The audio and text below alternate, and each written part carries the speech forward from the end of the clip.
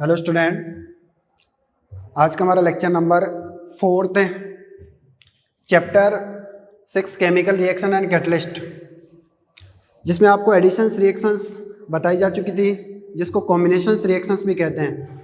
Combination reaction एक बार वापस से रिवाइज कर देता हूँ, जिसके अंदर 2 और मोर रिएक्टेंट रिएक्ट करके एक सिंगल प्रोडक्ट बनाते हैं। 2 या 2 से ज़्यादा रिएक्टेंट मिलकर के ओनली एक सिंगल प्रोडक्ट बनाते हैं, वो कॉम्बिनेशंस रिएक्शंस होती है, जिसको अपन एडिशंस रिएक्शंस भी कहते हैं। सेकंड जो रिएक्शन है डिसोसिएशन रिएक्शन, या और इसको कहते हैं अपन decomposition reaction. Dissociation reaction means क्या होता है, जिसके अंदर सिंगल रिएक्टेंट 2 और मोर प्रोडक्ट में डिसोसिएट होता है या डिकम्पोजिशन होता है। एक सिंगल रिएक्टेंट अगर अपन लेते हैं तो वो कहीं ना कहीं लाइट एनर्जी या हीट इसके रीजन से 2 और मोर प्रोडक्ट के अंदर ये ब्रेक डाउन होता है, जिसको अपन कहते हैं dissociate. Dissociation reaction it mean dissociate होना, ब्रेक डाउन होना। ओनली सिंगल रिएक्टेंट 2 और मोर प्रोडक्ट बनाता है। ये जस्ट एडिशन रिएक्शन का जस्ट अपोजिट है। लाइक जैसे एग्जांपल के फॉर्म में अपन देखते हैं एबी। अगर एबी के फॉर्म में देखते हैं कि ए रिएक्टेंट प्लस एबी रिएक्टेंट, ये सिंगल जो रिएक्टेंट होता है इट इज डिसोसिएट इनटू 2 और मोर प्रोडक्ट। अब ये 2 प्रोडक्ट के अंदर डिसोसिएट होएगा, dissociate into A and B. A के अंदर रिएक्टेंट प्रोडक्ट में और बी प्रोडक्ट में ये डिसोसिएट होएगा, इसलिए इसको अपन कहते हैं डिसोसिएशन रिएक्शन। तो जिसके अंदर एक सिंगल रिएक्टेंट 2 और मोर प्रोडक्ट के अंदर अगर डिसोसिएट होता है वो डिसोसिएशन रिएक्शन होती है। तो यहां से ये एडिशन का जस्ट अपोजिट है यहां पर ये। तो इसमें क्या होता है, एक सिंगल रिएक्टेंट 2 और मोर प्रोडक्ट में क्या हो जाता है, डिसोसिएट हो जाता है। लाइक ये जो है ये रिएक्टेंट है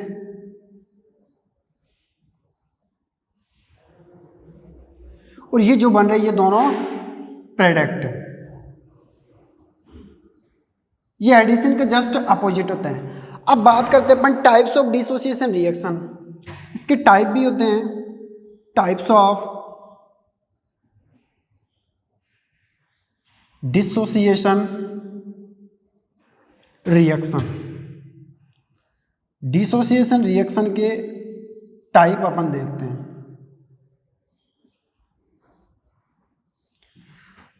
इसके 3 टाइप दे रखे हैं आपकी बुक में। फर्स्ट जो टाइप दे रखा है इलेक्ट्रोलाइटिक डिसोसिएशन।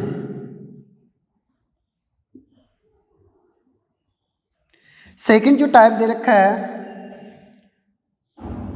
फोटोलाइटिक या थर्मल डिसोसिएशन, थर्मल डिसोसिएशन या डिकम्पोजिशन। थर्ड जो टाइप दे रखा है वो फोटोलाइटिक, फोटोन पैकेट्स के कारण फोटोलाइटिक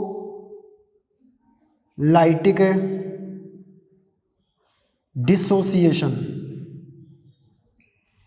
अब बात करते हैं इलेक्ट्रोलाइटिक डिसोसिएशन, थर्मल डिसोसिएशन और photolytic dissociation.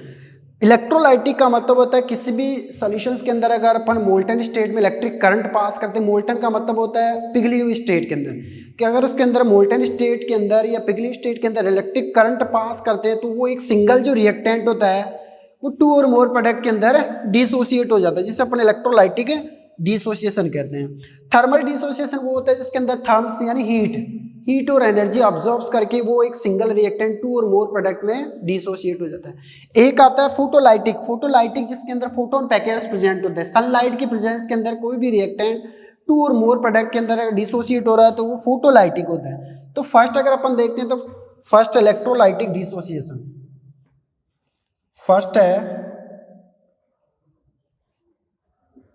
Electrolytic dissociation. Electrolytic dissociation के अंदर जिसके अंदर इलेक्ट्रिक करंट के कारण या इलेक्ट्रिक करंट के रीजन से मोल्टन स्टेट में कोई भी सिंगल रिएक्टेंट 2 और मोर प्रोडक्ट में डिसोसिएट हो जाता है। कोई भी रिएक्टेंट इलेक्ट्रिक करंट के पास होने पर 2 और मोर प्रोडक्ट के अंदर डिसोसिएट हो जाता है, उसको अपन कहते हैं electrolytic dissociation. It means the types of dissociation reaction in the single reactant dissociate into 2 और more product with the passing of electric current in the molten state. Molten state में इलेक्ट्रिक करंट पास होने पर वो 2 और more product के अंदर dissociate हो जाता है, उसको अपन कहते हैं इलेक्ट्रोलाइटिक डिसोसिएशन रिएक्शन। इसके एग्जाम्पल देखते हैं। फर्स्ट जैसे एग्जाम्पल है dissociation, electrolytic dissociation of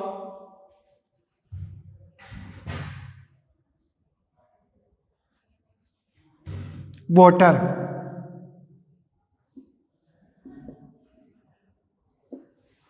electrolytic dissociation of water H2O।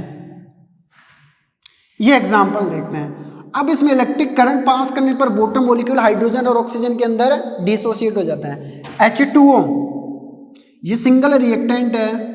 ये इलेक्ट्रोलाइसिस प्रोसीजर से क्या होता है, हाइड्रोजन और ऑक्सीजन के अंदर ये क्या हो जाता है, डिसोसिएट हो जाता है। H2 प्लस O2 के अंदर ये क्या हो जाता है, कन्वर्ट हो जाता है। तो इट मीन्स ये जो है अपने पास वो सिंगल रिएक्टेंट है। यहाँ वाटर हाइड्रोजन और ऑक्सीजन के अंदर क्या हो रहा है, डिसोसिएट हो रहा है। अब वाटर में हाइड्रोजन यहाँ 2 है, यहाँ पर भी 2 है, ऑक्सीजन कितने हैं, 2 है, तो इसको बैलेंस करना पड़ेगा। यहाँ से 2 और हाइड्रोजन 2 2 4 हो गए, तो यहाँ पर भी 2 अपने को लगाना पड़ेगा। तो यहाँ पर ये जो example electrolysis of the dissociation of water. अब इसको एक एक्सपेरिमेंटली एक एक्टिविटीज के फॉर्म में देखते हैं कि सबसे पहले अपन एक बीकर लेते हैं।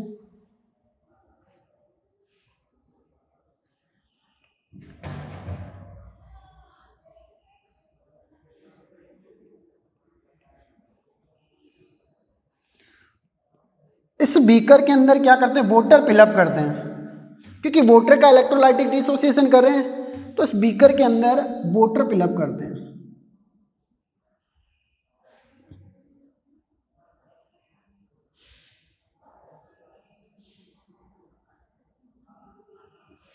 और इलेक्ट्रोड लगाते हैं जिसके अंदर पॉजिटिव नेगेटिव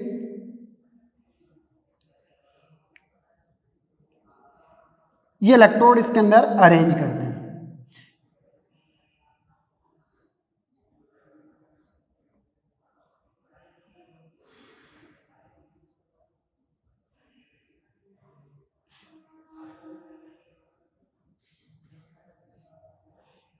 यहां से इसको इलेक्ट्रोड को बैटरी से कनेक्टेड करते हैं, पॉजिटिव एंड नेगेटिव। ये पॉजिटिव टर्मिनल होता है, ये नेगेटिव टर्मिनल होता है। यहाँ से इलेक्ट्रोड जो दे रखे हैं, ये वाला इलेक्ट्रोड है, इसको एनोड कह देते हैं अपन, और ये इधर ये वाला कैथोड। ये जो एनोड इलेक्ट्रोड है यहाँ पर ये पॉजिटिव होता है, और यहाँ पर ये जो इलेक्ट्रोड नेगेटिव है ये कैथोड होता है। अब इलेक्ट्रोलाइटिक डिसोसिएशन को अपन देखते हैं कि इलेक्ट्रोलाइटिक डिसोसिएशन कैसे हो रहा है। वाटर मॉलिक्यूल को अगर अपन इलेक्ट्रिक करंट पास इलेक्ट्रोड पास करते हैं, यहाँ बैटरी से पॉजिटिव से नेगेटिव टर्मिनल की ओर इलेक्ट्रिक करंट पास करते हैं, तो यहाँ से इस इलेक्ट्रिक करंट में इलेक्ट्रिक करंट के रीजन से जो वाटर होता है वो हाइड्रोजन और ऑक्सीजन मॉलिक्यूल के अंदर क्या हो जाता है, डिसोसिएट हो जाता है। तो यहाँ से अगर इसका डिसोसिएशन देखते हैं तो वाटर मॉलिक्यूल किस किस में डिसोसिएट होता है, हाइड्रोजन एंड ऑक्सीजन में। H2O H2 plus O2। यहाँ पर हाइड्रोजन जो मॉलिक्यूल है और ऑक्सीजन मॉलिक्यूल अगर इनका देखें तो चार्ज हाइड्रोजन पॉजिटिव होता है चार्ज में, और ऑक्सीजन क्या होता है, नेगेटिव होता है चार्ज में। तो यहाँ हाइड्रोजन जो मॉलिक्यूल है वो कैथोड इलेक्ट्रोड के ऊपर क्या होता है, डिपॉजिट होता है। ये कैथोड इलेक्ट्रोड के ऊपर डिपॉजिट होता है हाइड्रोजन मॉलिक्यूल्स, और ऑक्सीजन जो नेगेटिव होता है वो पॉजिटिव इलेक्ट्रोड एनोड पर क्या होता है, डिपॉजिट होता है। तो इलेक्ट्रिक करंट के रीजन से इस वाटर को हाइड्रोजन और ऑक्सीजन के अंदर डिसोसिएट कर रखा है। एक सिंगल रिएक्टेंट वाटर है, उसको 2 प्रोडक्ट के अंदर डिसोसिएट कर रखा है। वही डिसोसिएशन रिएक्शन होती है जिसके अंदर सिंगल रिएक्टेंट को 2 और मोर प्रोडक्ट में डिसोसिएट किया जाता है। फर्स्ट जो आपका दे रखा है वो इलेक्ट्रोलाइटिक डिसोसिएशन होता है। It means the types of dissociation reaction in which a single reactant dissociate into 2 or more product with the presence of electric current is known as the electrolytic dissociation. Like to be example of dissociation of water, it dissociate into hydrogen and oxygen molecule with the presence of electric current.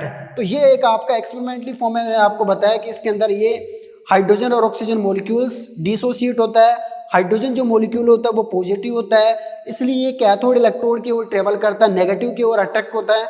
और oxygen जो molecule है वो negative है, इसलिए ये anode electrode की ओर travel करता है। तो ये एनोड पर इलेक्ट्रोड पर ऑब्टेन होता है और ये कैथोड पर। और यहाँ पर टेस्ट ट्यूब लगा करके हाइड्रोजन और प्योर ऑक्सीजन का फॉर्मेशन अपन कंप्लीट कर सकते हैं। सो ये first example electrolytic of water. So take the screenshot.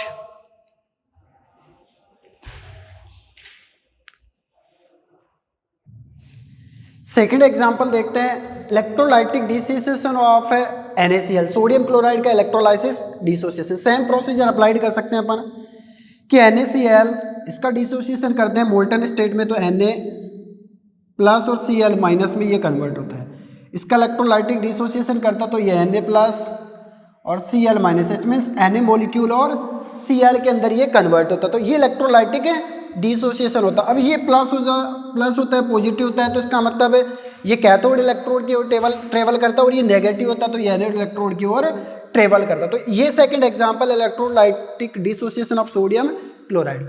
अब ये फर्स्ट डिसोसिएशन टाइप हुआ इलेक्ट्रोलाइसिक डिसोसिएशन, इलेक्ट्रोलाइसिस डिसोसिएशन का टाइप। अब सेकंड टाइप अपन देखते हैं,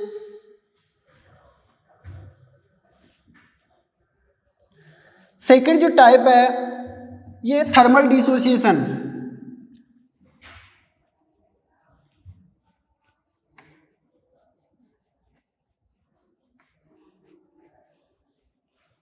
थर्मल डिसोसिएशन क्या होता है second type?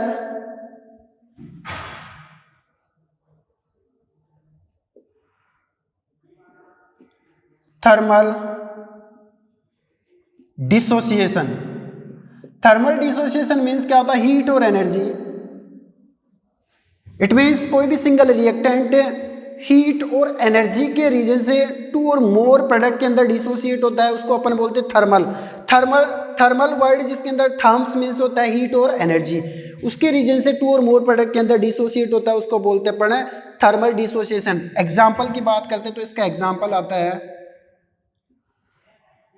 Thermal dissociation of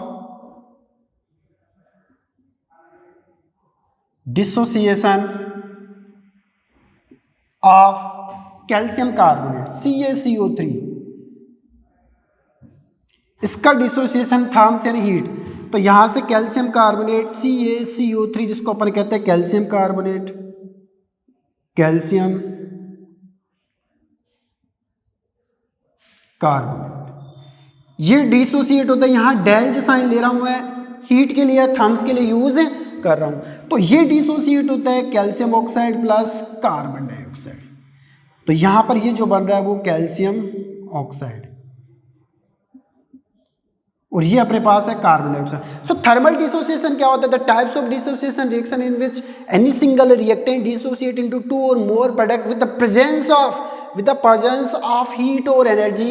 it means with the presence of therms is called thermal dissociation.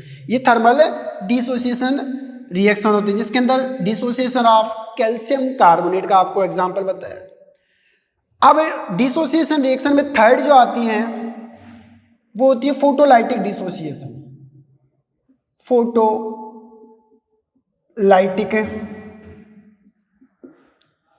Dissociation, photolytic dissociation, the types of dissociation reaction in which the single reactant dissociate with the into two or more product with the presence of photon packets।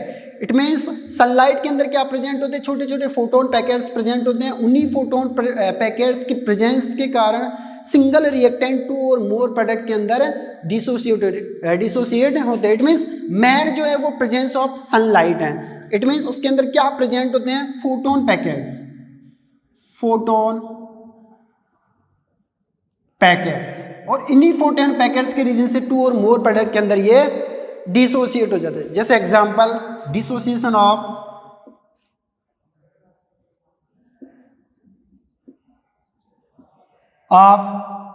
AgBr silver bromide, AgBr यहां पर आपको show करना पड़ेगा photon packets जिसको अपन represent करते हैं H new से। H new, इसको अपन कहते हैं फोटोन पैकेट्स, और अपन ये कह सकते हैं फोटोन पैकेट्स, फोटोन पैकेट्स या सनलाइट। तो ये डिसोसिएट होता है Ag2 प्लस Br2, ये मॉलिक्यूल्स के फॉर्म में डिसोसिएट हो रहे हैं। तो यहां से इसको अपन बैलेंस कर सकते हैं। तो photolytic it means photon packets के रीजन से डिसोसिएट होना फोटोलाइटिक डिसोसिएशन होता है। Example dissociation of AgBr। Second example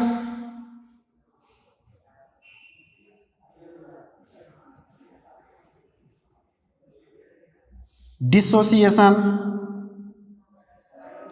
of HBr, hydrogen bromide.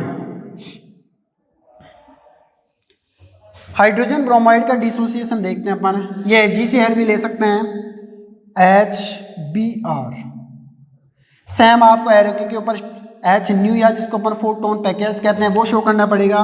ये डिसोसिएट होता है hydrogen H2 plus Br2 bromine के अंदर, ये डिसोसिएट होता है। इसको अपन बोलते हैं silver bromide, silver bromide, silver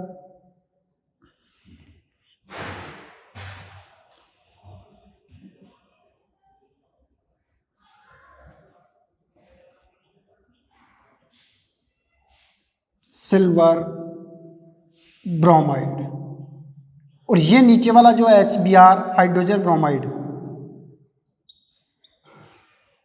hydrogen bromide. तो ये आपके एग्जांपल हुए फोटोलाइटिक डिसोसिएशन। तो फर्स्ट आपकी डिसोसिएशन रिएक्शन कंप्लीट, जिसके अंदर सिंगल रिएक्टेंट 2 और मोर प्रोडक्ट के अंदर डिसोसिएट होते हैं, जिसके अंदर 3 टाइप आपको बताया, इलेक्ट्रोलाइटिक इलेक्ट्रॉन या इलेक्ट्रिक करंट की प्रेजेंस के रीजन से, फोटोलाइटिक फोटोन पैकेट्स की प्रेजेंस की रीजन से, और थर्ड जो थर्मोलाइटिक डिसोसिएशन, जिस थर्म इट मींस हीट की प्रेजेंस के कारण जो डिसोसिएट होते हैं वो थर्मोलाइटिक या थर्मल डिसोसिएशन कहलाता है। So take the screenshot.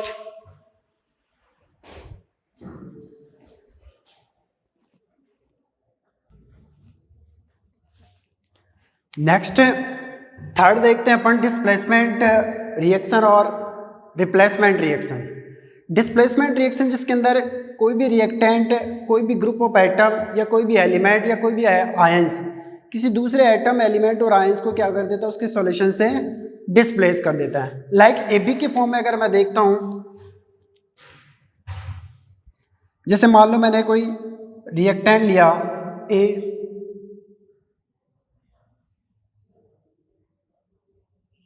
Plus इसकी रिएक्शन किसी दूसरे रिएक्टेंट B और BC से करवाई, तो इसमें क्या होता है कि किसी भी ग्रुप में, किसी भी एटम, एलिमेंट और आयंस से किसी दूसरे एटम और एलिमेंट और आयंस के द्वारा उसको क्या कर दिया जाता है, displace.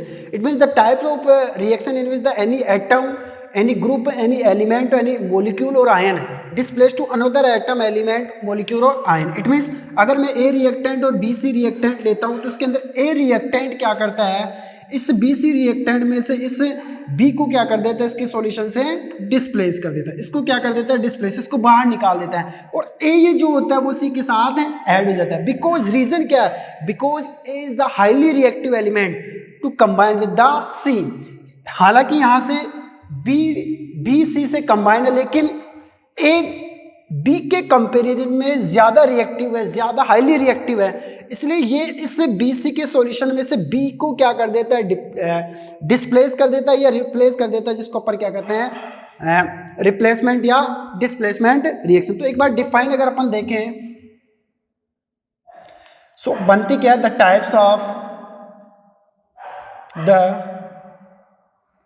Types of reaction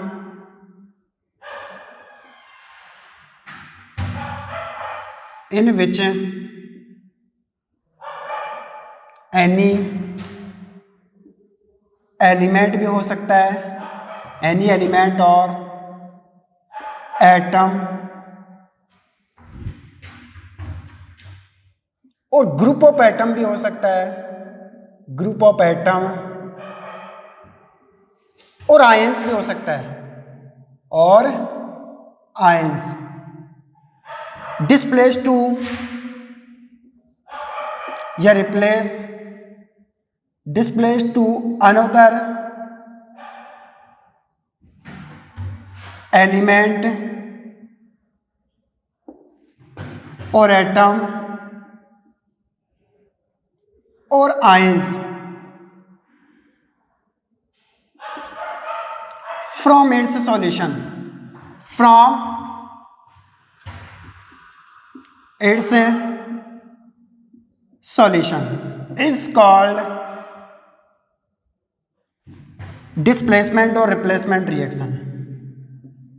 displacement और रिप्लेसमेंट रिएक्शन।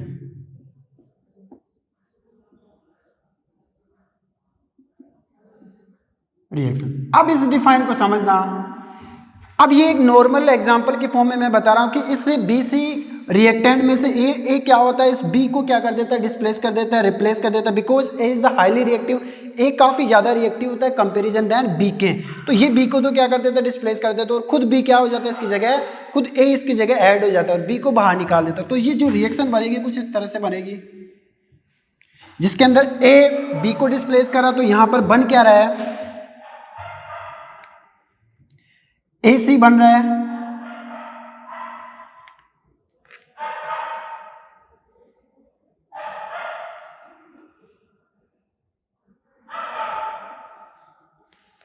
और यहां जो B है इसका डिस्प्लेसमेंट इसको अलग कर देता है, ये B यहां आ गया। अब इसको एक एग्जांपल के फॉर्म में अगर अपन देखें तो ये हो सकता है कि अगर कॉपर सल्फेट की रिएक्शन मैं जिंक से करवाता हूं, कॉपर सल्फेट की रिएक्शन CuSO4 जिसको अपन कहते हैं कॉपर सल्फेट, इसकी रिएक्शन अगर मैं जिंक से करवाता हूँ, Zn से करवाता हूँ, तो Zn क्या कर देता है, इसके सॉल्यूशंस में से कॉपर को क्या कर देता है, डिस्प्लेस कर देता है। इट मीन्स यहाँ से ये Zn इसकी जगह ऐड हो जाएगा और कॉपर बाहर निकल जाएगा। तो इस कॉपर सल्फेट के सॉल्यूशंस में से ये कॉपर को क्या कर देता है, displace, because the Zn zinc is the highly reactive element with the comparison than copper. इस कॉपर के कंपैरिजन में Zn जो जिंक है वो ज्यादा रिएक्टिव होता है, किसके साथ कंबाइन होने की कैपेसिटी में, सल्फेट के साथ कंबाइन होने की कैपेसिटी में। इट मीन्स इसकी वैलेंसी -2 होती है, इसकी +2 होती है और ये +2 आ रहा है। तो यहां से ये क्या कर देता है, इसको डिस्प्लेस कर देता है copper sulphate, because in this condition the Zn is the more reactive to comparison than Cu+, या फिर Zn+ is more reactive to comparison than Cu+2 ions with the reactions of sulphate, sulphate के साथ react करने की capacity में। It means इसकी capacity, इसकी reactivity ज्यादा होती है, ज्यादा रिएक्टिव होता है सल्फेट के साथ रिएक्शन करने में, किसके कंपैरिजन में, कॉपर के कंपैरिजन में। इसलिए ये कॉपर को तो क्या कर देता है, डिस्प्लेस कर देता है और खुद Zn इसके साथ ऐड हो जाता है। तो प्रोडक्ट अपने पास क्या बनेगा, प्रोडक्ट बनेगा अपने पास ZnSO4, ZnSO4, और कॉपर को ये क्या कर देता है, डिस्प्लेस कर देता है। +Cu यहां पर क्या हो गया, डिस्प्लेस हो गया। तो अब ये +2 -2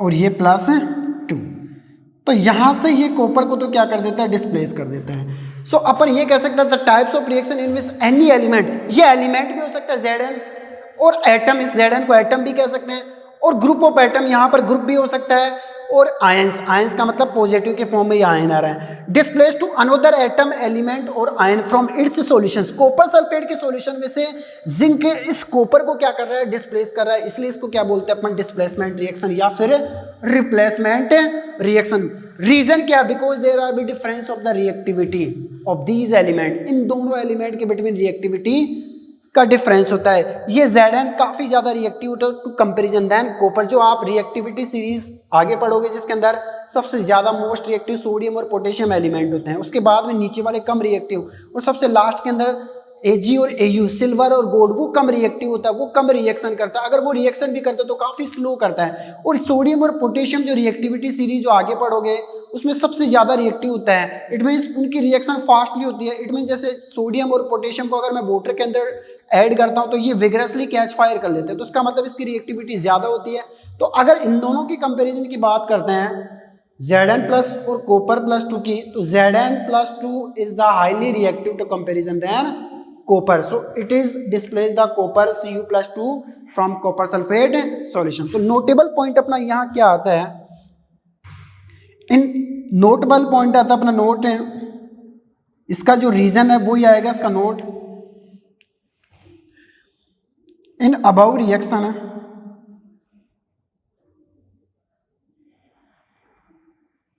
about reaction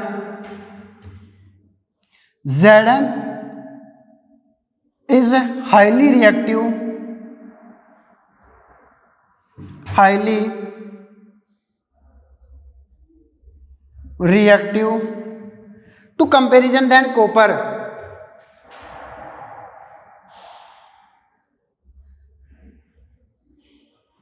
comparison than copper, so it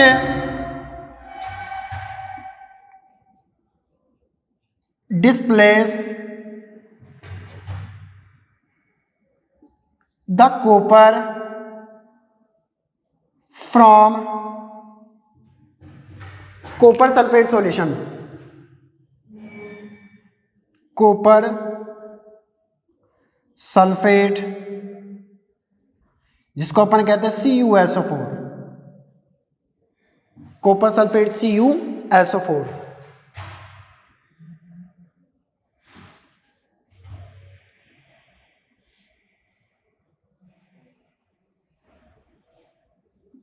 solution,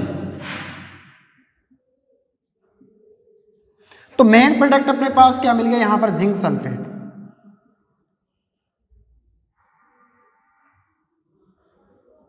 और ये जो अपने पास है कॉपर सल्फेट है, कॉपर सल्फेट। तो यहां से ये रीजन हुआ, ये काफी इंपॉर्टेंट है, नोटेबल, इसका पॉइंट काफी मोस्ट है ये नोट, क्योंकि Zn काफी रिएक्टिव होता है कंपैरिजन देन कॉपर। इसको एक एक्सपेरिमेंटली अगर अपन देखें तो कैसे शो कर सकते हैं इस डिस्प्लेसमेंट रिएक्शन को, कि जैसे मान लो मैं एक बीकर लेता हूं,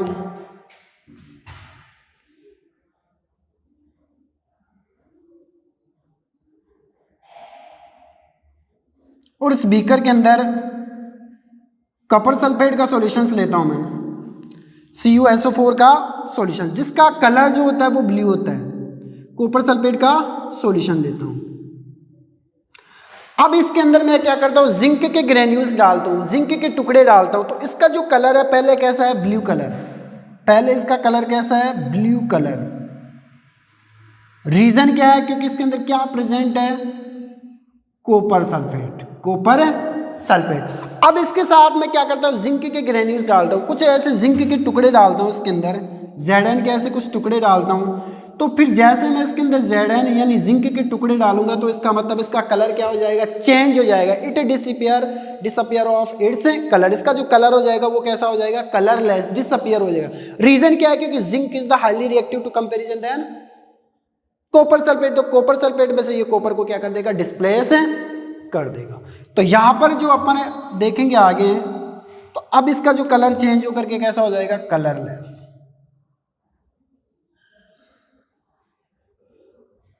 बनेगा क्या इसके अंदर, अब जिंक सल्फेट, ZnSO4,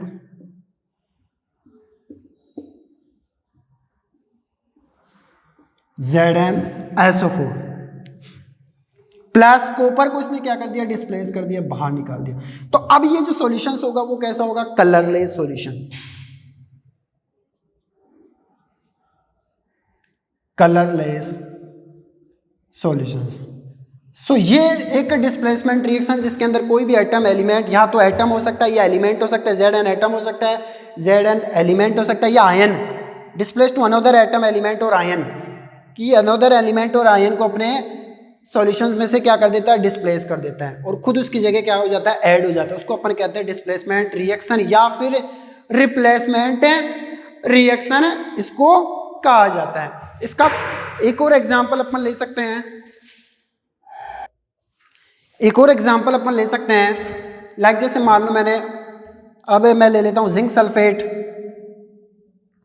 ZnSO4, और इसकी रिएक्शन अगर मैं सोडियम से करवाता हूं, या मैग्नीशियम जो भी है, तो इसमें क्या होता है इन दोनों का अगर हम कंपैरिजन देखते हैं तो सोडियम सबसे हाईली रिएक्टिव एलिमेंट होता है, मोस्ट रिएक्टिव एलिमेंट, और जिंक क्या होता है इसके कंपैरिजन में लेस रिएक्टिव होता है, कम रिएक्टिव एलिमेंट होता है। तो अगर इसकी बात करते हैं तो ये +2 होता है, ये -2 और इसकी वैलेंसी प्लस होती है। तो ये क्या कर देता है जिंक सल्फेट के सॉल्यूशन में से Zn को क्या कर देता है रिप्लेस या डिस्प्लेस कर देता है।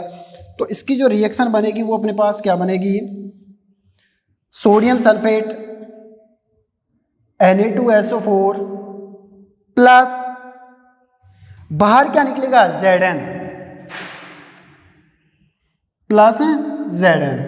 तो ये एग्जांपल है जिसके अंदर ये इसको क्या कर रहा है डिस्प्लेस। यहां पर ये जो बन रहा है ये जिंक सल्फेट है, जिंक सल्फेट, और ये जो प्रोडक्ट बन रहा है वो क्या बन रहा है सोडियम सल्फेट, सोडियम सल्फेट। तो यहां से अब ये क्या हो रहा है कि सोडियम आयंस या एलिमेंट या एटम भी कह सकते हैं, it is very reactive, more reactive to comparison than Zn+2 ions और एटम। ये ज्यादा रिएक्टिव होता है, मोर रिएक्टिव होता है, Zn कम रिएक्टिव होता है। तो ये क्या कर देता है इसके सॉल्यूशंस, Zn सल्फेट के सॉल्यूशंस में से Zn को डिस्प्लेस कर देता है, इसको बाहर कर दिया इसने, और खुद इसकी जगह क्या हो गया ऐड हो गया, इसलिए बन क्या रहा है सॉल्यूशन सोडियम सल्फेट और zinc bar. So it is the type of third displacement और रिप्लेसमेंट रिएक्शन। तो आपको रिएक्शन के 3 टाइप बताए जा चुके हैं, addition reactions, decomposition reaction, displacement reaction और replacement reaction. Next we will discuss in next lecture. Thank you.